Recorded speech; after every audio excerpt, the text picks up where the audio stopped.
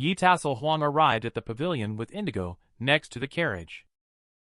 Indigo, although without visible injuries, remained unconscious. Only saw crimson clouds and Pierce Pei rushing out from the inner courtyard, shouting loudly, "Hurry up and help the person onto the carriage, untie the reins." Yi Tassel Huang was terrified, thinking that the assassin was chasing after him. Very concerned about how Emerald Lake is doing at this moment. But the second court master said solemnly, "Now coming to kill us is indeed Emerald Lake." At that time, she picked up the strange knife. After that, the whole person seemed to be possessed. Endless suffering, ruthless towards those she sees. No matter how she is called, she does not respond. She just wants to kill Crimson Clouds, and the two of them.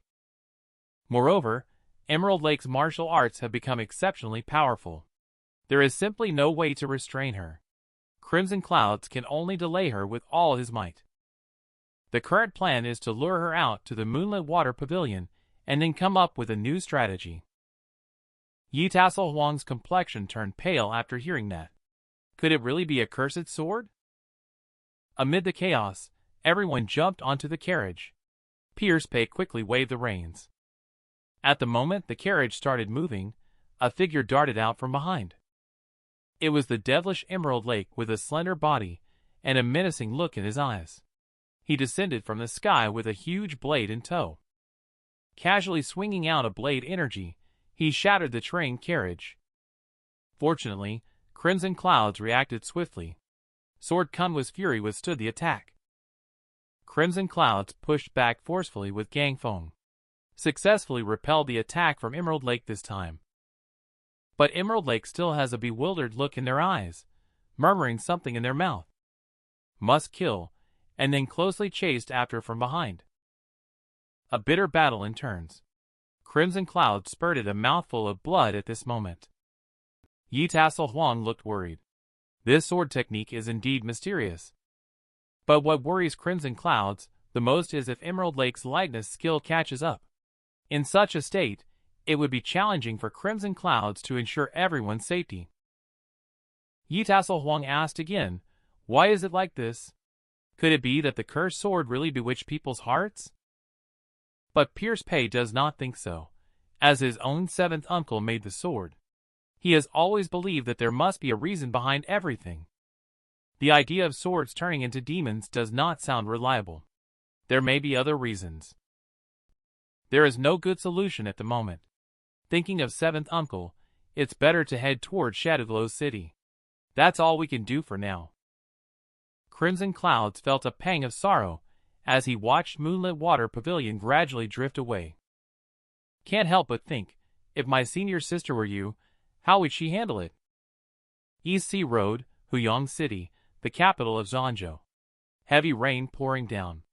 The governor's aide, Elder Xiao, is going to discuss important matters with the four great sword sects. But it happened to be chosen at this dilapidated temple. His subordinates heard that the old governor's aide suspected that the recent attacks on various sects were related to the cursed sword. They also said that the cursed sword would come to this dilapidated temple today. At this moment, representatives of the four great sword sects have already gathered in full. Okay. The matter of the cursed sword actually started with a bloodshed incident. Inside the ruined temple, representatives of the four great sword sects gathered one after another. Why does the letter mention the cursed sword, but no one has shown up today? The speaker has slender phoenix-shaped eyes with more black than white. The pupils are large and full, giving off an impenetrable depth. This person is one of the four vice sect leaders of the Sea-Viewing Heaven's Gate. The person in front of me raised both hands in response. This person is the deputy governor's aide of the buried emperor's sword tomb. The elder governor's aide cannot break free. Lu, the chief escort, had a fierce look on his face at this moment. Set aside whether the cursed sword has truly resurfaced for now. The top priority today is to demand an explanation for the 12 lives lost in the Sea-Viewing Heavenly Gate. Lu, the chief escort, pointed to his son lying on the stretcher and said, "Fortunately, my son's life was spared. I have brought all the people here. I ask all the adults to bear witness. Otherwise I, Lu, the chief escort, will never let it go. The person on the stretcher was completely wrapped in bandages. After being struck by a surge of sword energy, all his meridians and blood vessels were destroyed instantly, causing blood clotting. After being hit, his whole body turned bruised and purple, gradually leading to death. The only thing capable of causing such injuries is the no-hearing sword. From Pointing Sword, the Palace of Wonders. Lu, the chief escort, has said people to investigate this very point.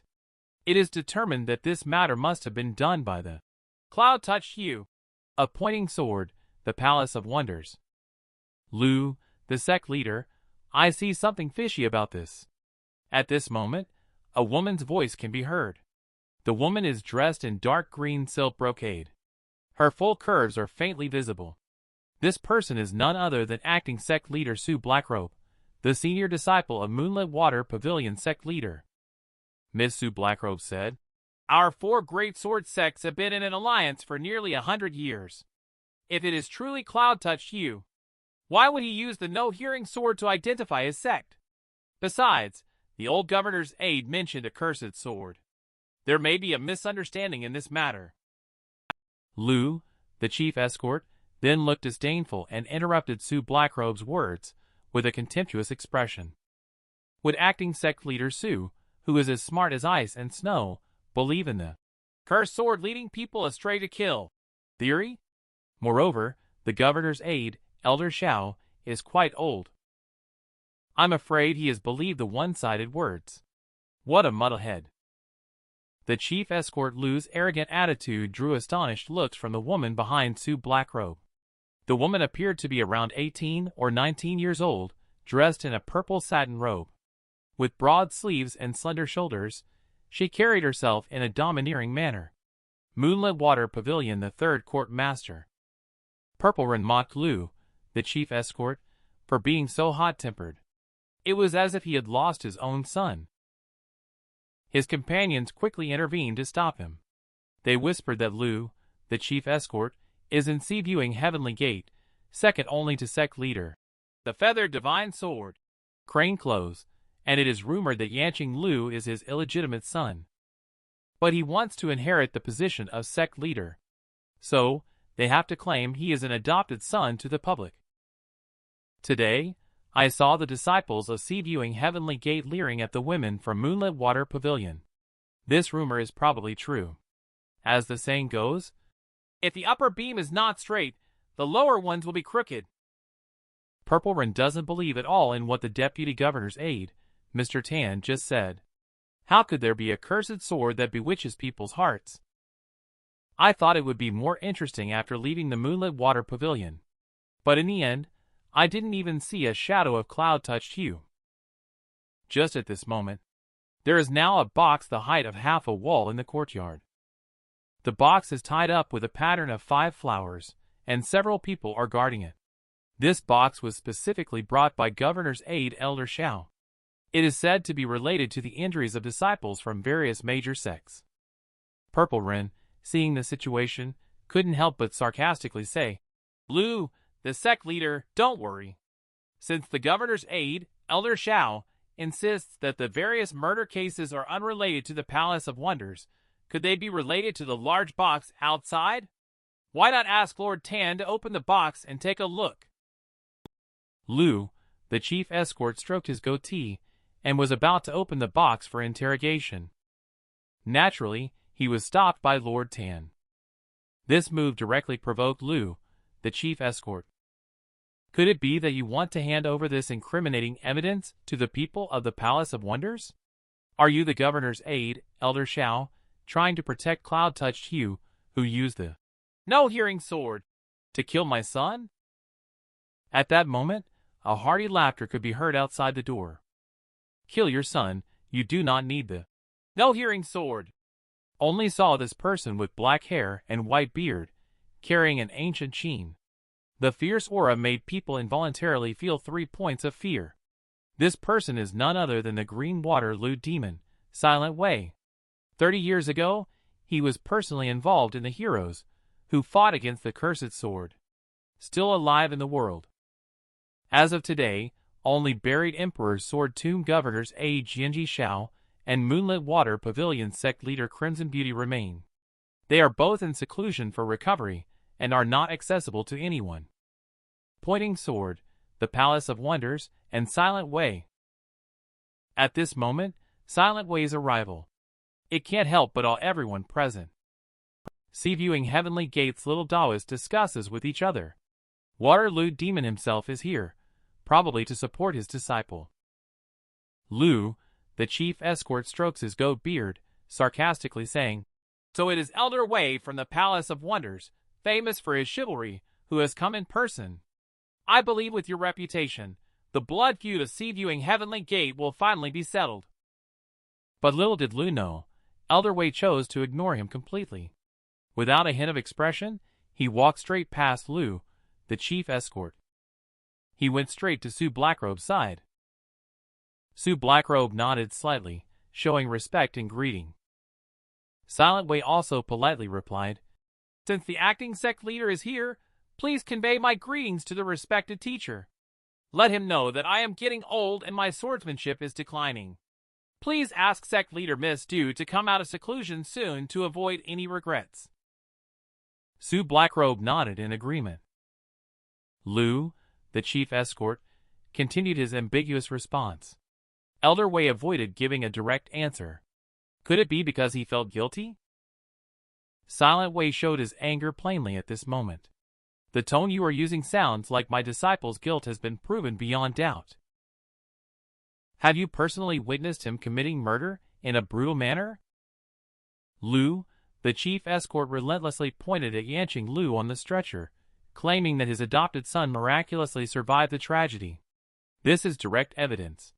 Coupled with the injuries from the no-hearing sword on his body, there are various clues. Besides your disciple Cloud-Touched Hue, who else could it be? According to the old governor's aide, Cloud-Touched Hue may have been bewitched by the cursed sword, leading to indiscriminate killing everywhere. Later, when Cloud-Touched Hue appears, if Elder Wei is not able to uphold justice over personal ties, my disciple of Viewing Heavenly Gate is also willing to help. Let's give a fair trial to the wrongly killed fellow disciple." Lu, the chief escort, sneered at the grand words of Silent Wei, claiming that my disciple has been missing for a long time. I sent Lao San out to search a month ago. There has been no news so far. If I find out that someone is slandering or framing him, hiding my apprentice, or preventing him from coming forward to explain, I will never give up easily. As soon as these words were spoken, Lu, the chief escort, was enraged. He now wants me, Viewing Heavenly Gate, to witness the unparalleled martial arts skill, no-hearing sword, from the Palace of Wonders. After saying that, the two of them drew their swords in a threatening manner. Lu, the chief escort, held a knife in his left hand and a sword in his right hand, using the unique swordsmanship of Viewing Heavenly Gate. He shouted, "Show your weapon, Silent Wei." Silent Wei laughed mockingly. "Don't you know that I practice the invisible sword technique of Pointing Sword, the Palace of Wonders? You thieves are only worthy of a single strand of my hair." Immediately, Silent Wei pinched a strand of hair with 2 fingers to challenge them with, only to see Lu, the chief escort, taking the lead. The clash of sword tips produced a piercing sound. He utilized the sound of sword friction to disrupt the opponent's judgment of his sword swing speed. The next second, a blade shadow struck Silent Wei's shoulder. Through city and mountain, no immortal he seeks, bound by blossoms and moonlight, through years he would speak. Casting aside his cup, he drinks autumn still lake, outplaying green peaks, 13 strings they forsake. Lu, the chief escort's blade slashed onto Silent Wei's shoulder. But unexpectedly, this was just a remnant shadow of Silent Wei. At this moment, he had already flashed behind Lu, the chief escort, only to see Silent Wei gathers vital energy at the fingertips. Vital energy is everywhere. The fine and soft hair suddenly straightened, as if it were steel needles. Before the crowd could react, Silent Way had already passed through them. A disciple fell weakly to the ground. A soft black hair was inserted above his left shoulder Jingwell point, barely protruding more than half an inch from the flesh. The force behind the cut did not pierce through the shoulder. Silent Way laughed heartily. His hands moved swiftly, shifting left and right. 4 or 5 disciples of the heavenly gate fell after blinking. The rest of the people were in a panic, and their formation fell into chaos immediately. They saw him moving as if he were a ghost, freely shuttling around. Lu, the chief escort, was shocked in his heart. The truce has not lasted 100 years. Pointing sword, the Palace of Wonders, actually trained such a devilish and heretical body technique. Knowing that this is a rare formidable enemy in his lifetime, Lu, the chief escort, shouted with all his might. Block the entrance and exit locations, position of the Jing Gate. 9 Phoenix Celestial Step formed the great formation of bound demons.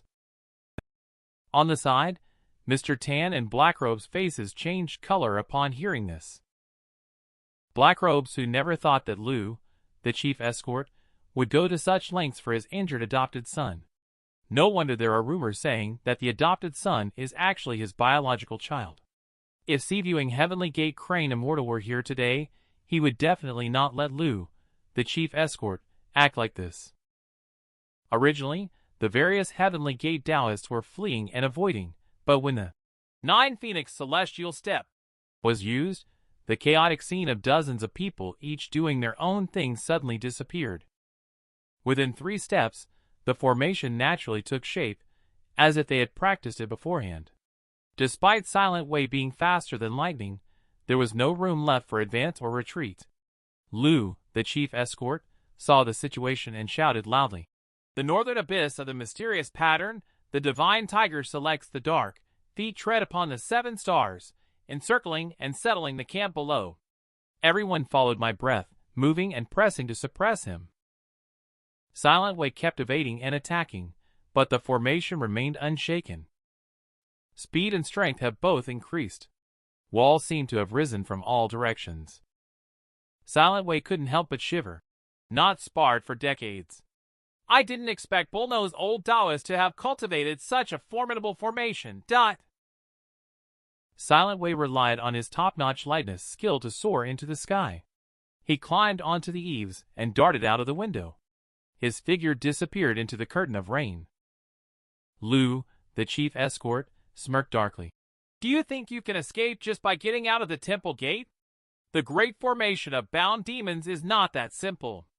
Everyone, follow me and adjust the formation. The disciples came roaring again within the formation. Suddenly, a hoarse laughter was heard in the rain. Fools! Once out of the palace gate, then victory is mine. I only saw Silent Way gently stroking the strings of the zither. Vital energy rippled around his body like surging waves. The raindrops seemed to freeze in midair. With the melodious sound of the zither, these raindrops turned into streaks of sword energy. He pushed back all the Taoists in front of him. The move, rain leaks worsening, is just a little punishment for the Seaviewing Heavenly Gate. At this point, no matter how Lu, the chief escort, scolds, maintaining the formation is of no avail. Lu, the chief escort, is currently at a disadvantage. Just at this moment, a carriage rushed straight into the battlefield. The crisp sound of the bell echoed through the rain. When everyone stood up, an old and dilapidated covered donkey cart had already arrived in front of the temple. Once the cursed sword is drawn, there's no escape from ruin. Desire gives rise to disaster, with a green gleam as the omen. A young child's voice sounded, and the donkey pulling the cart stopped for a moment. Little Taoist quickly stepped forward to intercept. Who are you? Leave here quickly. A young man with rosy lips and white teeth, and a clear and beautiful face suddenly leaped off the carriage seat. His clothes had been soaked through by the rain. Claiming that his grandfather was old and weak and needed to take shelter from the rain here. This temple is not your family's property. Why do you have the privilege to seek shelter here? We can't seek shelter. These words directly angered little Taoist, who cursed angrily. A slender figure in purple walked on water towards them. Who said rain couldn't be avoided? I say it can be. The person holding the umbrella is none other than the third court master Purple Wren from Moonlit Water Pavilion. Purple Wren approached the youth and reached out to take his hand. Playfully, he smiled and said, "Little one, don't be afraid. What is your name and where are you from? Who else is in the carriage?" The youth did not answer. He looked pensive as he gazed at the severely injured Yanqing Lu on the stretcher. He said, "If you give me and Grandpa water and food, then I will tell you." Purple Wren called for gold bracelet and silver snow. Tea and pastries have been brought. The little boy claimed that his grandfather is afraid of meeting strangers. He will bring the food to him later. Immediately, the little boy quickly stuffed the pastry into his mouth. Slowly he said, "My name is Yer. My grandfather and I are from Green Hemp Village. In the car, besides my grandfather, there is also the body of my sister, Luaner. We rushed here all the way just to seek revenge. The culprit not only harmed Luaner, but also all the men in the village." The words were spoken in a casual manner by a young boy. Everyone couldn't help but be shocked. Everyone pricked up their ears. About half a month ago, a group of ruffians arrived in the village. They claimed to have come for the clear brook in the village. They turned out to be looking to capture women for entertainment. The women and children in the village were extremely frightened. They all hid in the mountains, so the villains couldn't catch the women. They simply arrested all the men in the village, tied their hair together in a bunch, just like price tags on grass in a market. They were tied high up on the drying rack, with a rope loop around their necks. Your sister was the most beautiful person in the village. Ignoring objections, she decided to exchange herself to get everyone back. Alone, Luaner went down the mountain and ran into the village square. Yer was very scared at first, but she still quietly followed her sister. The villains were instantly attracted by her beauty. One of his subordinates pushed Luaner in front of the leader. The leader glanced at the beauty before him with a playful expression. He grabbed Luaner's face and lecherously said, "Smile for me. Make me happy, and maybe I'll let someone go." Luaner tried hard to force a smile. But as the leader waved his hand, his henchmen swiftly moved in for the kill. One of them ended up decapitated. The weight of the body pressed down on the remaining 4 people. Luaner looked at the blood-dripping blade in front of him with a terrified expression on his face. In fear, the leader tore off Luaner's clothes from his chest, while insulting the woman in front of him, while killing the men in the village one by one. Just then, Yer, who was hiding in the bushes, was discovered. Yer kicked the villain in the face and made a run for it. The person who got kicked immediately flew into a rage and raised a knife to strike. A figure stood in front of you. It was her own sister Luaner. The next moment, Luaner fell into a pool of blood. Yer cried out in pain and lost her beloved sister from then on. The evil leader, enraged by losing his plaything, ordered his men to dismember you. At the critical moment, a loud bang. 2 stones hit the evil man behind him. A person played with the stone in his hand and said, "I thought I could see idyllic scenery in this remote small village. I didn't expect it to be a living hell." The person who made the move looks like a scholar, with several large dual-axis scrolls on his back. Elegant and graceful, chic and handsome. Originally thought I could see pastoral scenes in this remote little village. I didn't expect it to be a living hell. The villains are accustomed to seeing people as nothing. Taking lives is as common as having a meal. Raising the knife angrily, they ask, "Who are you? Intending to cause trouble?" Just then, this person remained calm and slowly pulled out a scroll, revealing a hidden cold sword within. Slowly he said, "I go by the same name and keep the same surname. To attack Dragon Court Mountain, head towards the 9 Curves mouth. Known as a single brush stroke of painting, Cloud-touched hue is behind such outrageous actions. You will all end up dead." The villain showed no fear at all. He angrily cursed. Pointing sword, the Palace of Wonders is just a small snake. How dare you meddle in our affairs? Our leader's father is none other than the renowned sect leader of the sea-viewing Heavenly Gate, ascending the Sword Manor Lu, the chief escort. Do you think you can afford to provoke him? Yer ate pastries while observing the expression of Lu, the chief escort. She coldly relayed the message to everyone without changing a word. Lu, the chief escort's face darkened, and the evil Taoist beside him shouted loudly and recklessly. He then rushed towards the child. With a sword in hand, he was determined to kill and silence them. Looking at Pierce Pay again, the three people were still desperately fleeing.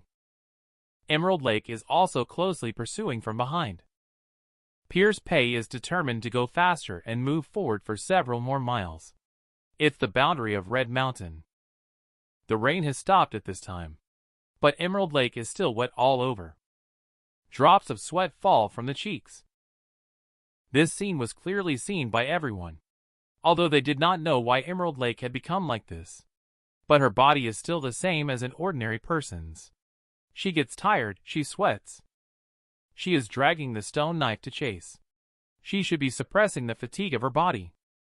Everyone believed very much that if it weren't for this, the attacks that had come before would have definitely smashed more than half of the carriages.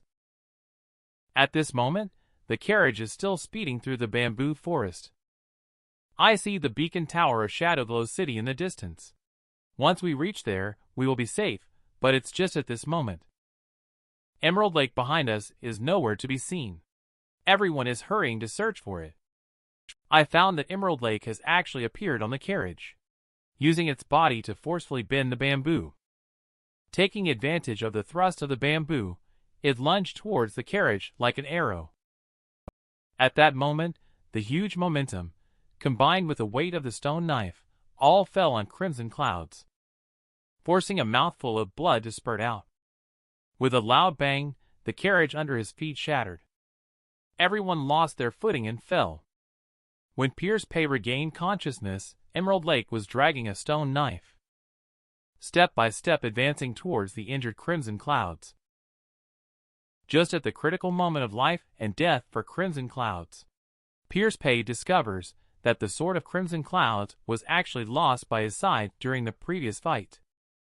Without hesitation, he leaped up. He picked up the sword Kunwa's Fury and charged forward. He struck diagonally with both hands, forcing Emerald Lake to quickly block. Unable to land a hit, Pierce Pay raised Kunwa's Fury high and shouted, "Come on! Your opponent is me!" After successfully attracting Emerald Lake's attention, urged the second court master to take them to the beacon tower. The excited Emerald Lake leaped up with a heavy sword swinging. He then rushed towards Pierce Pay to attack. A sword energy shattered stones and split the ground. Fortunately, although Pierce Pay's martial arts skills were average, he was naturally agile and robust. With a leap like a fish, he successfully dodged the attack. Crimson Cloud said anxiously, "At this moment, letting me abandon you. What's the difference between killing you with my own hands?" Pierce Pay ignored it and continued to provoke, saying, "You're just SOSO. Your blade energy didn't hit me." Emerald Lake, who had lost his mind, was full of anger, with a fierce look in his eyes. Carrying a knife, he once again attacked Pierce Pay. Pierce Pay quickly scrambled to his feet, claiming that the second court master didn't need to worry. "While I may not be able to beat her, I am faster than her. I will keep my life." Handing Kunwa's Fury back to you.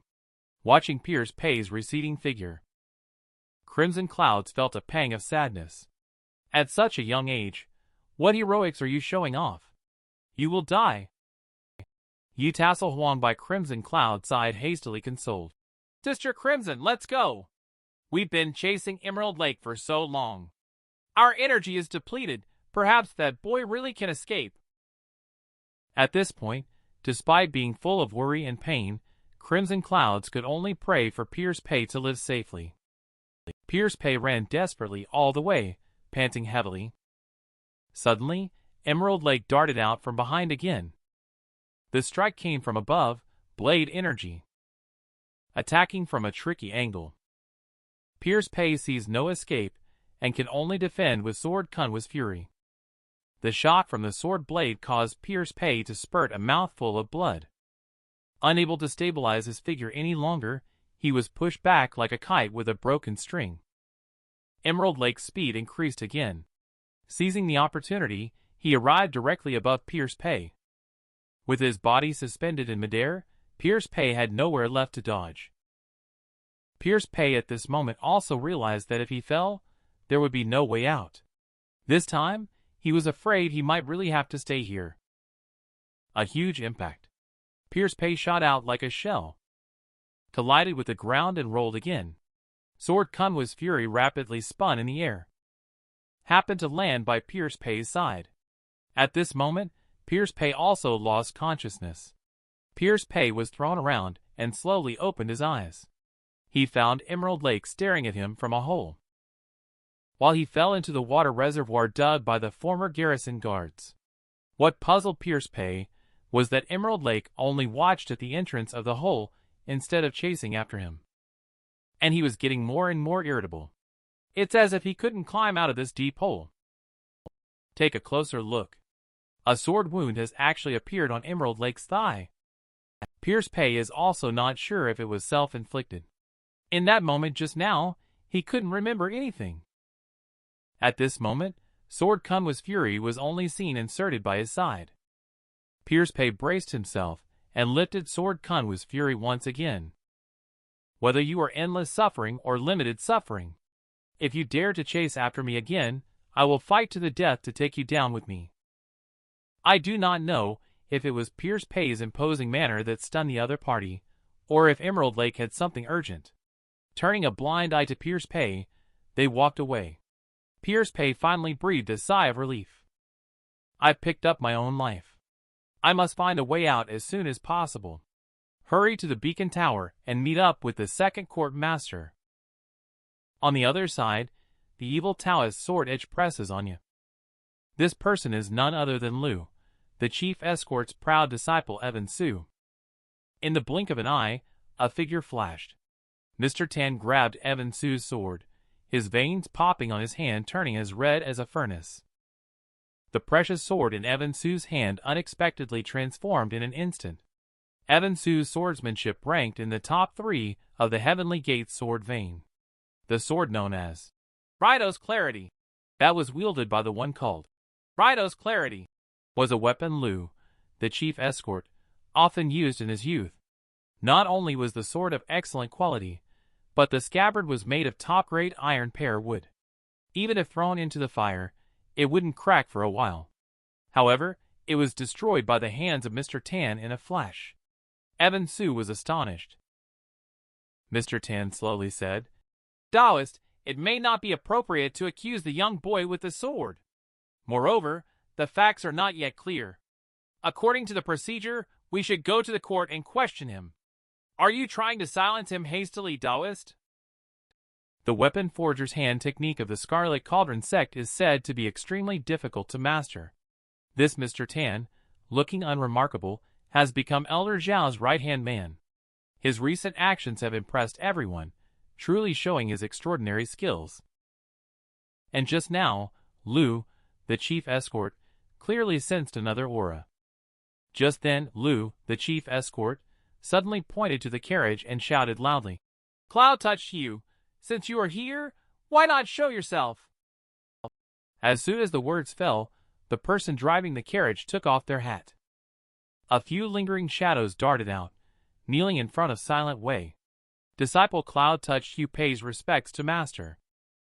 Cloud Touched You slowly said, Disciple has done something wrong, requesting forgiveness from Master. At this statement, everyone was caught off guard. Only Silent Way remained unfazed, calmly saying, Is it for personal desire or for others?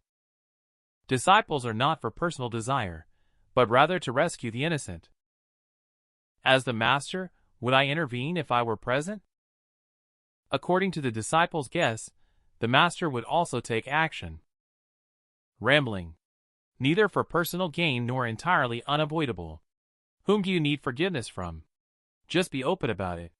If someone spares you unjust blame, your master is still here. Cloud touched Yu bowed deeply, then turned around and said firmly, Everyone, it is I who have used the no-hearing sword on Yanqing Lu.